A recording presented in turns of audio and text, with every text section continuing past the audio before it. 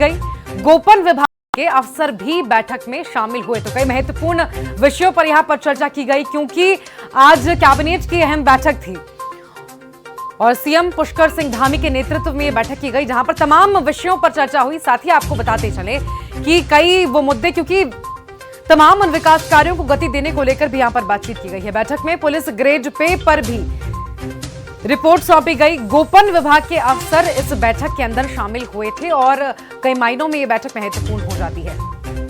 तो चुनाव में बहुत कम समय बाकी है। उत्तराखंड में भी 2022 विधानसभा चुनाव होना है और ऐसे में उससे पहले अपनी सभी कार्यों को पूरा कर लेना चाहती है। हर अधूरे कार्य को गति देने की बात यहां पर चर्चा में की गई है बैठक के अंदर। साथ ही बैठक में पुलिस ग्रेड पे पर सब कमेटी की रिपोर्ट रखी गई। आपको बताते चले कि गोपन विभाग के अफसर भी इस बैठक में शामिल होने के लिए पहुंचे थे, जहां पर सरकार के साथ बातचीत में, चर्चा में अपनी रिपोर्ट उनकी ओर से रखी गई और ऐसे में कई महत्वपूर्ण विषयों पर यहां पर चर्चा की गई है। तो सीएम पुष्कर सिंह धामी की कैबिनेट की बैठक आज हुई, जहां पर कई महत्वपूर्ण विषयों को लेकर चर्चा की गई। साथ ही आपको बता दें कि गोपन विभाग के अफसर भी इस बैठक के अंदर शामिल हुए थे, जिन्होंने अपनी बातें रखी हैं। अपना पूरा रिपोर्ट सीएम पुष्कर सिंह धामी के सामने रखा है। तो बैठक में पुलिस ग्रेड पे पर भी चर्चा की गई है।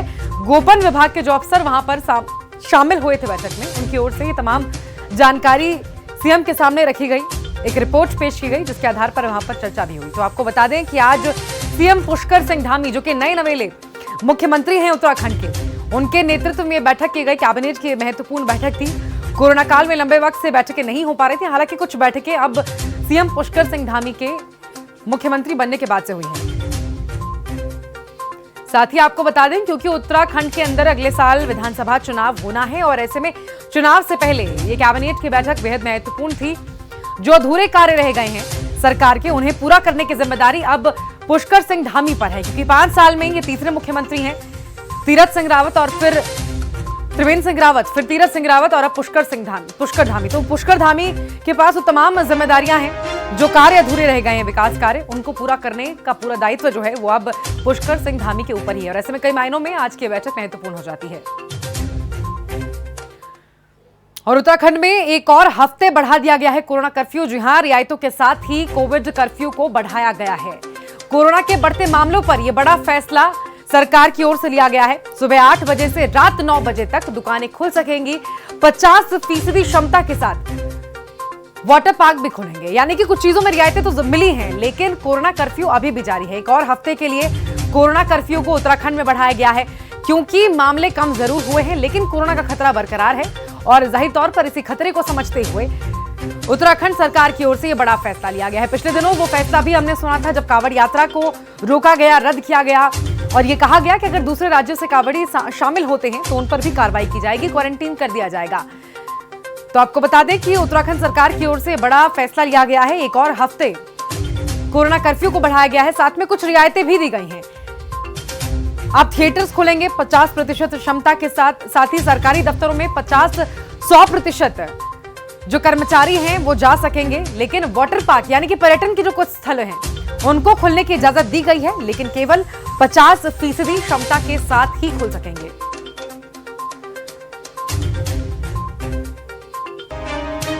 तो बरकरार कोरोना के खतरे को देखते हुए बड़ा फैसला उत्तराखंड की सरकार की ओर से लिया गया है, जिसके अंदर 50% क्षमता के साथ कई चीजों को खोलने की इजाजत तो दी गई है, लेकिन एक और हफ्ते के लिए कोरोना कर्फ्यू को बढ़ा दिया गया है और ऐसे में कई चीजों में रियायतें मिली हैं। अब 100% क्षमता के साथ सरकारी दफ्तरों में काम किया जा सकेगा, लेकिन वाटर पार्क जैसे जो पर्यटन स्थल हैं वहां पर पर्यटन के लिए केवल 50% क्षमता के साथ ही लोगों को पहुंचने की इजाजत दी गई है।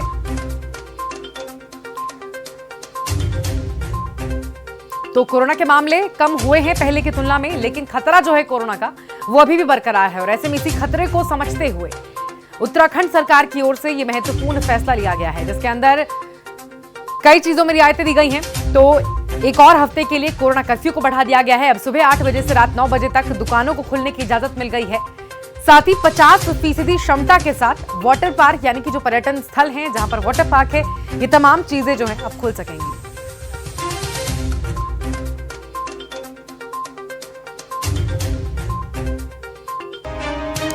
आपको बता दें, उत्तराखंड सरकार की ओर से बड़ा फैसला लिया गया है। कोरोना के बढ़ते मामलों को देखते हुए और लगातार बरकरार कोरोना के खतरे को समझते हुए सरकार की ओर से यह बड़ा निर्णय लिया गया, जिसमें एक और हफ्ते के लिए कोरोना कर्फ्यू को उत्तराखंड में बढ़ाया गया। तो दूसरी तरफ कई चीजों में रियायतें दी गई हैं। जी हाँ, वाटर पार्क में अब 50% क्षमता के साथ लोग पहुंच सकेंगे। दुकानों को खुलने की इजाजत है सुबह 9 बजे से रात 8 बजे तक, लेकिन इस बीच अभी भी जो तमाम चीजें थी उन पर प्रतिबंध भी है। और ऐसे एरिया जहां पर ज्यादा कोरोना के मामले हैं वहां पर पहले की तरह जो लॉकडाउन है वो बरकरार रहेगा। मनीष पांडे हमारे संवाददाता ज्यादा जानकारी के साथ जुड़ गए हैं। मनीष, 50% क्षमता के साथ कई चीजों को खोलने की इजाजत मिली है, तो एक और हफ्ते के लिए कोरोना कर्फ्यू को भी बढ़ाया गया है। जी मीनाक्षी, बताना चाहेंगे कि उत्तराखंड में आज एक सप्ताह के लिए कोरोना कर्फ्यू को और बढ़ा दिया गया है जी। और जो भी बाजार खुलने की दिशा निर्देश थे, सार्वजनिक स्थलों पे आने जाने के निर्देश थे, वो सारी यथावत है। कुछ जगहों पे 50% के उस पे 50% लोगों की उपस्थिति के आधार पे खोलने का निर्देश किया गया है। और फिर एक सप्ताह बाद जो है नई गाइडलाइन तैयार करने की प्लान चल रही है। बिल्कुल, कोरोना के खतरे को समझते हुए मनीष, कोरोना कर्फ्यू को बढ़ाया गया, लेकिन रियायतें दी गई हैं। किन किन चीजों में खास तौर पर रियायतें मिली हैं? देखिए, जितने भी पहले तो जो होटल्स थे, पहले ये जो टूरिस्ट प्लेस पे थे, एक सप्ताह 10 दिन पहले जो गाइडलाइन आई थी उसमें जो 50% की बात तभी कह दी गई थी कि 50% जो है क्षमता के साथ होटल चलाया जा सकता है, उसी को पूर्ण रूप से जो है उस पे था कि आज कुछ संशोधन होगा। कोई संशोधन नहीं हुआ, वो 50% की क्षमता के साथ ही चलाया जाएगा। मॉल्स जो है वो भी जिस स्थिति में खुले थे उन्हीं के साथ खुले रहेंगे। ठीक है, जिम और ठीक है मनीष, बहुत शुक्रिया आपका इस तमाम जानकारी को हमारे दर्शकों तक पहुंचाने के लिए। चलिए खबरों में आगे बढ़ते हैं। बात अब डोईवाला की कर लेते हैं, जहां पर कांग्रेस प्रदेश अध्यक्ष पहुंचे जॉली ग्रांट एयरपोर्ट पर। कांग्रेस नेताओं ने भव्य स्वागत किया। बड़ी संख्या में कांग्रेस कार्यकर्ता स्वागत के लिए जुट गए। तो कांग्रेस प्रदेश अध्यक्ष डोईवाला पहुंचे, जहां पर बड़ी संख्या में कांग्रेस कार्यकर्ता उनके स्वागत के लिए नजर आए और जोरदार स्वागत उनका डोईवाला में किया गया कांग्रेस कार्यकर्ताओं की ओर से। तो कांग्रेस प्रदेश अध्यक्ष जॉली ग्रांट एयरपोर्ट पर पहुंचे, जहां पर कांग्रेस कार्यकर्ता बड़ी संख्या में नजर आए। उनके स्वागत के लिए वहां पर जोरदार स्वागत किया गया।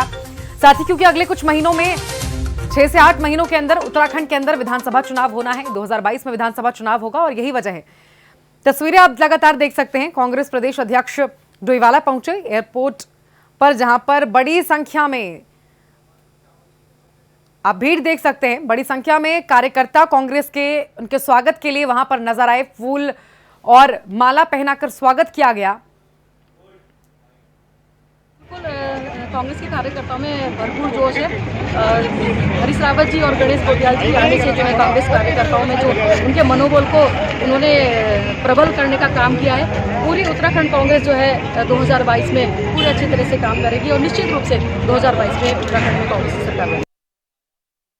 राजकुमार हमारे साथ ज्यादा जानकारी लेकर जुड़ गए हैं। चुनाव बहुत करीब है राजकुमार, 6 महीने का वक्त बाकी है और इस बीच कांग्रेस भी अब राज्य के अंदर सक्रिय नजर आने लगी है। बिल्कुल, देखिए मीनाक्षी, क्योंकि सिर्फ विधानसभा चुनाव जो उत्तराखंड के हैं उसमें 6 महीने का समय बाकी रह गया है, तो इसको देखते हुए कांग्रेस बिल्कुल चुनावी मोड़ पर आ चुकी है। आज प्रदेश अध्यक्ष जो बनाए गए थे गणेश गोटियाल, वो जॉली ग्रांट एयरपोर्ट पर पहुंचे हैं। इसके अलावा हरीश रावत जो कि पूर्व मुख्यमंत्री है, उन्हें चुनाव संचालन की समिति का अध्यक्ष बनाकर उत्तराखंड भेजा गया है, तो उनके नेतृत्व में पूरा चुनाव होने वाला है। इसके अलावा 4 कार्यकारी अध्यक्ष बनाए गए हैं। तो आज जॉली ग्रांट एयरपोर्ट पर ये तमाम बड़े नेता पहुंचे, तो बहुत बड़ी संख्या में कार्यकर्ता यहाँ पर पहुंचे थे स्वागत के लिए। उत्तराखंड के कोने कोने से यानी 13 जिलों से कार्यकर्ता पहुंचे थे। बहुत बड़ी संख्या थी, अंदाजा नहीं लगा सकते हम कि कितनी बड़ी संख्या में कार्यकर्ता थे।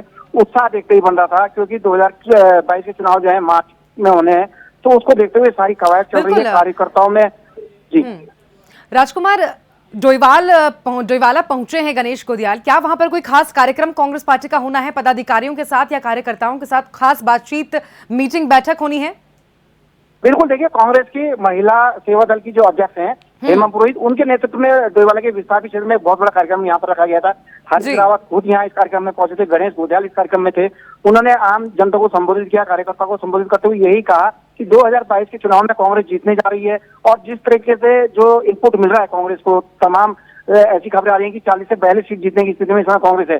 तो उसको देखते हुए उत्साह देखते ही बन रहा था कांग्रेस के कार्यकर्ताओं का। और क्योंकि भाजपा के बारे में सीधे सीधे हरीश रावत जी का यही कहना था कि अगर भाजपा इतनी अच्छी थी तो क्यों उन्होंने 3 मुख्यमंत्री बदल दिए। तो कुल मिला के जो कैंपेन चलने वाला है वो अपने आप में बहुत यानी कि ज्यादा तमाम मुद्दों ऐतिहासिक के साथ कांग्रेस पार्टी भारतीय जनता पार्टी को घेरने वाली है आने वाले चुनाव में। बहुत शुक्रिया राजकुमार आपका हमारे साथ जुड़ने के लिए, तमाम जानकारी हमारे दर्शकों तक पहुंचाने के लिए। और देखिए, मानसून किसी के लिए सुकून तो किसी पर कहर बनकर बरप रही है। खबर जोशीमठ से है, जहां पर बारिश के चलते सड़कों पर दरारें पड़ गई हैं, जिससे ग्रामीणों में भय का माहौल बना हुआ है। ऐसे में ग्रामीणों ने प्रशासन पर लापरवाही तक का आरोप लगाया है। उनका कहना है कि इसकी शिकायत हमने कई बार प्रशासन को दी है, लेकिन फिर भी उनकी तरफ से कोई काम या कोई कार्रवाई नहीं की गई है। सड़कों पर दरार पड़ गई है भारी बारिश के कारण, और लोगों को आने जाने में कई दिक्कतों का सामना करना पड़ रहा है। कई बार इलाके के लोगों का कहना है कि कई बार इससे जुड़ी शिकायतें की गई हैं, प्रशासन के सामने, सरकार के सामने भी रखी गई हैं, लेकिन अभी तक इसका कोई निराकरण समाधान नहीं निकाला गया है। तो लगातार हो रही बारिश जोशीमठ में लोगों के लिए मुसीबत बन गई है। सड़कों पर दरारें बन गई हैं, जिसके कारण लोगों को भारी समस्याओं का सामना करना पड़ रहा है। हालांकि इलाके में रह रहे लोगों की ओर से कहना है कि इससे जुड़ी कई शिकायतें प्रशासन के सामने, सरकार के नुमाइंदों के सामने रखी गई हैं, लेकिन अब तक इसका हल नहीं निकाला गया। और ऐसे में आवाजाही में खास तौर पर लोगों को बहुत सी दिक्कतों का सामना यहां पर करना पड़ रहा है। तो लगातार हो रही बारिश जोशीमठ में लोगों के लिए कहर बनकर बरप रही है। सड़कों पर दरारें पड़ गई हैं, लोगों को आने जाने में दिक्कतों का सामना करना पड़ रहा है। और लोगों का कहना है 3 दिन पहले दरारें पड़ चुकी थी और इसमें गिरिफ के द्वारा मिट्टी डाला गया, और आज ये कल की बारिश से पुनः बहुत चौड़ी दरारें पड़ चुकी है और इस पे नीति घाटी में जाने वाले समस्त लोगों को बहुत ज़्यादा खतरा बन चुका है। यहाँ पे गिरिफ के द्वारा कोई सुविधा नहीं है, कोई सेफ्टी नहीं है, और गिरिफ के लोग सिर्फ कूड़ा उठाने में इसी गंगे के उसमें लगे हुए हैं, और यहाँ कार्य के लिए न उनके पास मशीन है न उनके पास कोई लेबर है। संजय हमारे संवाददाता ज्यादा जानकारी लेकर हमारे साथ जुड़ गए हैं। संजय, लगातार हो रही बारिश जोशीमठ में लोगों की समस्याएं बढ़ा रही है। जी मीनाक्षी, बिल्कुल अगर बात की जाए जोशीमठ की सीमांत घाटी है ऋषिगंगा घाटी, यहाँ पे विगत 7 फरवरी को जो जलावता आई थी उसमें ये ऋषिगंगा घाटी काफी प्रभावित हुई थी, और ऋषिगंगा के कटाव से जो भूधसाव हुआ था उससे मलारी बॉर्डर रोड को काफी नुकसान पहुंचा था। और लगातार जो 4-5 दिनों से बारिश हो रही है उससे जो बॉर्डर रोड है उसमें जो दरारें आप साफ तस्वीरों में भी दिखाई दे रही है, और दरारें पड़ी हुई है। और जहां तक रेणी गांव के लोगों का कहना है कि बीआरओ जो यहाँ की कार्यदायी संस्था है बॉर्डर रोड की, बीआरओ जो सेफ्टी के नाम पे केवल जो पैच हैं, जो दरारें हैं उनमें मिट्टी डालने का काम कर रहा है, और आगे जो है इस पर कोई सुरक्षात्मक उपाय नहीं हो रहा, जिससे नीति घाटी जो सामरिक दृष्टि से महत्वपूर्ण है चीन बॉर्डर से लगी हुई है, और यहाँ पे सेना के सैकड़ों वाहन और नीति घाटी के सैकड़ों वाहन जो है आवाजाही प्रतिदिन करती है। और ये आने वाले अगर इसमें कोई बड़ा हादसा होता है तो ये जो है बड़ी जो मुश्किल में यहाँ पे नीति घाटी के लोग पड़ सकते हैं। जी बिल्कुल संजय, प्रशासन को अब तक क्या इस बारे में शिकायत की गई है, बताया गया है ग्रामीणों की ओर से? जी बिल्कुल, जो रेणी गांव के ग्रामीण लगातार यहाँ पे ज्ञापन देने जोशीमठ मुख्यालय पहुंचते हैं और लिखित शिकायतें यहाँ पे देते रहते हैं, लेकिन रोड जो है मुख्यतः बीआरओ के ग्रेप बीआरओ के अंतर्गत आती है, और बीआरओ यहाँ पे हालांकि कार्यरत है, लेकिन जो यहाँ पे दरारें दिख रही है, ग्रामीणों का कहना है कि उनका गाँव जो भूस्खलन की जद में है वो तो है ही, लेकिन नीति घाटी के जो लोग आते हैं, जो सैकड़ों लोग आवाजाही करते हैं, वाहन आवाजाही करते हैं, सेना के वाहन आते जाते हैं, तो उनकी सुरक्षा कौन देखेगा, इसको लेकर के लोग आवाज उठा रहे हैं। जी ठीक है संजय, बहुत शुक्रिया आपका हमारे साथ जुड़ने के लिए, तमाम जानकारी हमारे दर्शकों तक पहुंचाने के लिए। और चलिए खबरों में बात अब बद्रीनाथ की, जहां पर 4 धाम यात्रा और बद्रीनाथ धाम खोलने को लेकर बद्री संघर्ष समिति व्यापार सभा के लोगों ने जन आक्रोश रैली निकाली, जिसमें लोगों का कहना है कि सरकार जल्द से जल्द 4 धाम यात्रा खोलने की अनुमति दे, क्योंकि लोगों के सामने बेरोजगारी का संकट छाया हुआ है। आंदोलन कर रहे लोगों ने कहा है कि सरकार का 2 मुखी रवैया दिख रहा है। आज हमारे आंदोलन का 3रा दिन है, और जब तक सरकार 4 धामों को नहीं खोल देती है तब तक हमारा आंदोलन निरंतर चलता रहेगा। तो बद्रीनाथ धाम खोलने की मांग को लेकर प्रदर्शन किया गया है। बद्री संघर्ष समिति ने एक जन आक्रोश रैली निकाली, जिसके जरिए मांग रखी गई कि 4 धाम यात्रा को शुरू किया जाए। बद्रीनाथ धाम बंद होने से व्यापारी परेशान चल रहे हैं, उनका धंधा चौपट चल रहा है। बिजली पानी माफ कमी है, वो सरकार बदलनी है, वो बेरोजगारी दूर करो। के साथ ही जो यहाँ पे स्थानीय लोग हैं उनकी 2 साल से जो यहाँ पे भुखमरी की जो कगार पे जो पहुँच चुके हैं वो बहुत असहनीय है। और हम शासन से और प्रशासन से यही मांग करेंगे कि इनको देखते हुए कि जो भी यहाँ पे स्थानीय लोग हैं, व्यापारी वर्ग के लोग हैं, उनकी 2 साल से जो आय का साधन था वो बिल्कुल ख़त्म हो चुका है। स्थानीय लोग तो बिल्कुल इस कगार पर पहुंच चुके हैं कि अपने स्थान अपने बाल बच्चों को क्या खिलाएंगे, क्या पिलाएंगे। सबसे पहले बिजली पानी की व्यवस्था है। कई बार सरकार कहती है कि बिजली पानी माफ़ कर दिया जाएगा, लेकिन इसमें कुछ भी नहीं हो पाता है। सिर्फ जो है कागजी कार्रवाई होती है, धरातल पे कुछ भी नहीं आता है। और हम शासन से यही मांग करेंगे कि यात्रा खोली जाए, 4 धाम यात्रा खोली जाए, मंदिर न खोलें लेकिन पर्यटक स्थल खोल दें। और देखिए, टिहरी गढ़वाल के देवप्रयाग में भीषण सड़क हादसा हो गया, जिसमें एक अनियंत्रित ट्रक सड़क के बगल खाई में जाकर गिर गई, जिसमें सवार 3 लोग गंभीर रूप से घायल हो गए। सूचना पर पहुंची पुलिस ने सभी घायलों को रेस्क्यू करके अस्पताल भिजवाया। खाई में अनियंत्रित ट्रक गिर गई, जिसके कारण यह हादसा हुआ और कई लोग इसमें घायल हुए हैं। साथ ही आपको बता दें कि 3 लोग गंभीर रूप से घायल इस पूरे हादसे में बताए जा रहे हैं, जिसके बाद आसपास वहां लोग इकट्ठे हो गए। इसकी जानकारी प्रशासन को दी गई। प्रशासन की टीम, पुलिस की टीम वहां पर पहुंची और रेस्क्यू करके सभी लोगों को बाहर निकाला गया।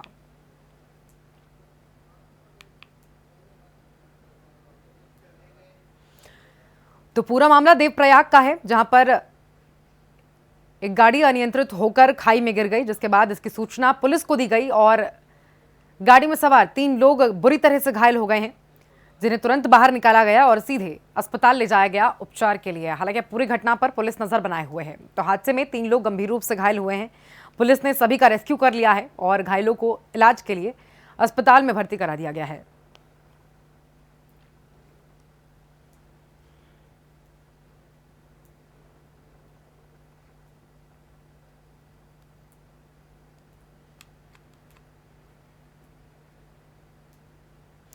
और जहां एक और सावन का पवित्र माह